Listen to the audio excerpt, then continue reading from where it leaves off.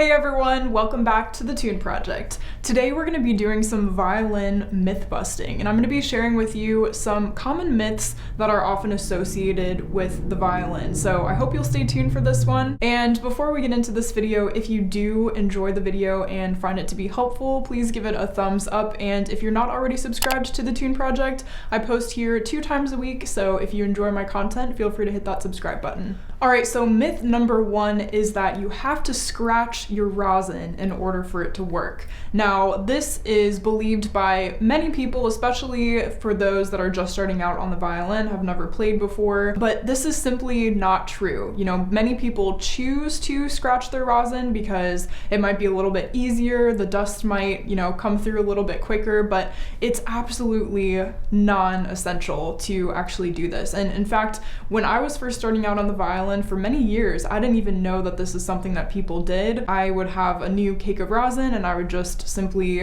apply it like normal without scratching it, and I never had any problems. I will say that it is helpful if you have a new cake of rosin to have just a little bit of rosin on your bow already, because that kind of helps with the friction and everything. But like I said, it's absolutely not essential to scratch your rosin. This is a myth. And the second common violin myth is that fingerboard stickers are one size fits all.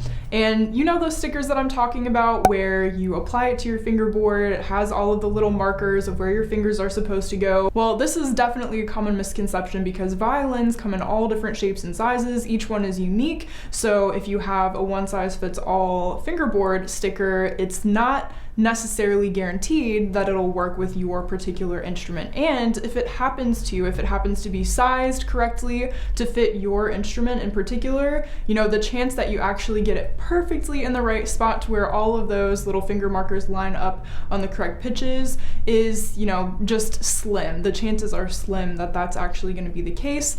And if you do, props to you, that's awesome. But this is why I tend to recommend my students go for finger tapes rather than fingerboard stickers, because I find that it's just more effective. You can make adjustments as necessary. They're easier to work with. You can, take off one at a time if you need to, and it just makes for overall a better playing experience. So that's why the one size fits all fingerboard sticker is a myth.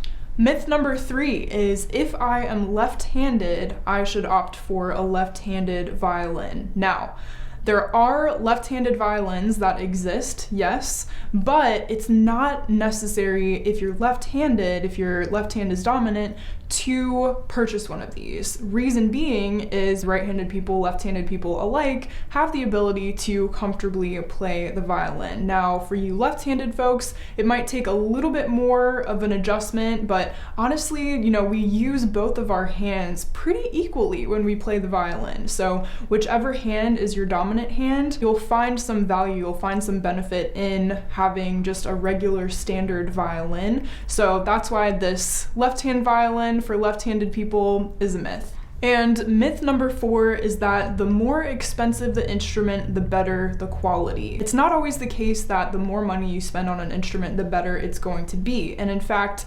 violins tend to be very unique in that regard. There have been several studies done, and I'm sure you can find several videos on this right here on YouTube, where people have tested out violins of different price ranges from $1,000 to $10,000, $100,000 to $1 million. And a lot of times when you get up into those higher price ranges, the actual quality of the instrument is not that different. There's not a very discernible difference between those kind of top tier price levels with instruments. So keep that in mind. Now, I will say, going along with this, if you order a violin off of Amazon, it might not be the same quality as, going to your local violin shop. And I would always, advocate for supporting local businesses and going to your local string shop. But as we start to compare these higher tier instruments and even, the difference between a $5,000 instrument versus a $10,000 instrument, it's not always the number of the price that speaks to the quality of the instrument. It's more just what you feel comfortable with, what you find value in, the things that are important to you in an instrument. That's really what matters. So that's why more expensive equals better quality is a myth. And my 5th and final common violin myth is that new equals better. And this is one very common misconception, especially for those who are first starting out on the violin, who are maybe familiar with instruments such as guitars, mandolins, things like that. Now, I am definitely no guitar player, but with the guitar players that I have worked with over the years, in my experience, they try to look for instruments that are new, whereas with violinists and fiddle players, it's generally better to go with instruments that are actually a little bit older and have a little bit more character, where they've been played for several years and have gotten the chance to really open up. A lot of times that really has an effect on the quality of the instrument, on the wood, just everything overall, if an instrument is just a little bit older. And again, of course, there are exceptions to this as well. I have a violin that was made in 2001, so in the violin world, that's pretty new. You know, you don't have to, when you're first starting out, look for an instrument that is brand new, unless it's one of those things where it's more affordable, it's in your budget, then definitely by all means.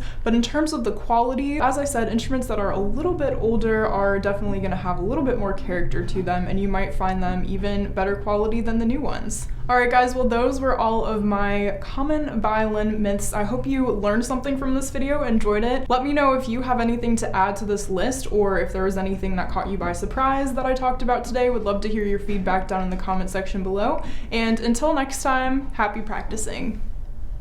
If you'd like to further your support of the Tune Project, be sure to head over to patreon.com/thetuneproject for information on that. And if you're planning on buying any music or doing any shopping on Amazon, be sure to head over to the Tune Project website, which I linked in the description box of all of my videos. Click my Amazon banner, and whatever you purchase, a small percentage of that will go toward the Tune Project. This just keeps the Tune Project going and allows me to continue to create free content for you all.